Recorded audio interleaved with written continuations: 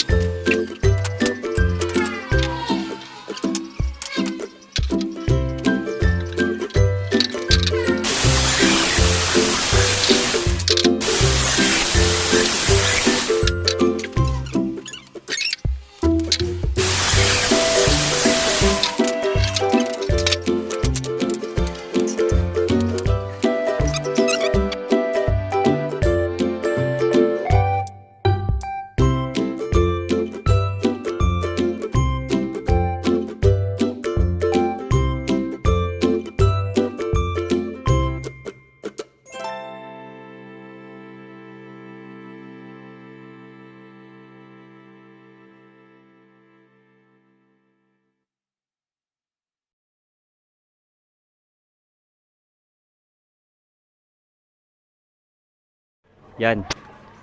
Ito ang lock natin. So, hihilahin lang natin yan. Yan. Puwas na ang ating coop. Yan. O, di ba? Puwas na.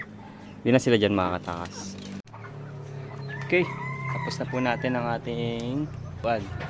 Ano? Ano yung pintuan natin. Ayan. Ito yung kanyang lock. Kung ano na lang maisip. Mga tira-tira lang natin ng mga gamit, ano.